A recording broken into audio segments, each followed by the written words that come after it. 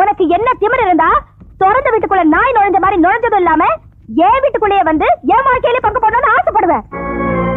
உனக்கு எவ்வளவு நெஞ்செழுத்து இருந்தா கொஞ்சம் கூட ஈவு இறக்க இல்லாம உன் புருஷனை நான் வச்சிட்டு இருக்கிறதா நான் கூசாம அபாண்டமா பழி போடுவேன். அப்படிதாண்டி போடுவேன்.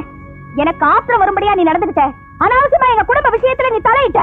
அந்த ஆத்திரத்துல கோபத்துல அப்படி நான் சொன்னேன். அதுக்காக என் வீட்டுக்குள்ளே வந்து என் புருஷனோட குப்பை கொட்டலான்னு ஆசைப்படுறியா? இப்ப நீ கொட்டினிய குப்பை அது அப்படியே வெளியே வந்து கொட்டு. ஊருக்கு உண்மை தெரியட்டும்.